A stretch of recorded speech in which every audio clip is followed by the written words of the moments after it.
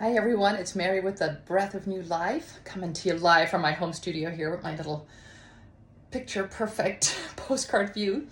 And today I'm doing a little bit of work at home, and I was out walking with a friend this morning, and one of the topics that came up was, our frustrations with children, and, how easy it is to start yelling and shouting. And it reminded me of something that happened in my life just a few days ago. There was somebody, a family member, that did something or didn't do something. There was an incident, we'll say, that brought up a lot of anger for me, a lot of resentment, embarrassment, sense of not hopelessness, powerlessness.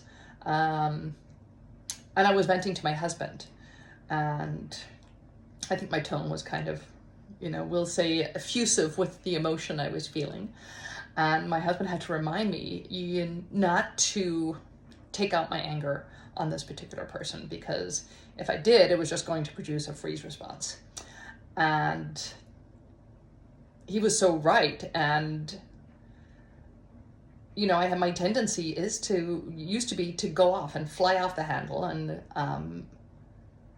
to shame and blame, and to yell, and something that I have done a lot of work to mitigate, because anger is a very powerful emotion, and it's okay to be angry. I had every right to be angry about this situation that had occurred.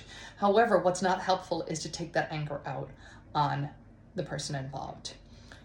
Temporarily, it can feel really good because it helps us, I think, to reclaim our sense of power, when we can be strong with our voice and all of that. But it doesn't usually help the situation. It might create a short-term change, but not a long-term change. And, for me, I know when I'm in trouble or I've done something I shouldn't do, the biggest childhood fear that comes up is that I won't be loved. And so, when I encountered this person who had, let's say, evoked the anger and those feelings, the first thing I said to them was like, I love you. I'm sure this situation isn't fun for any of us. It's not fun for me. It's not fun for you. But I want you to know that I love you.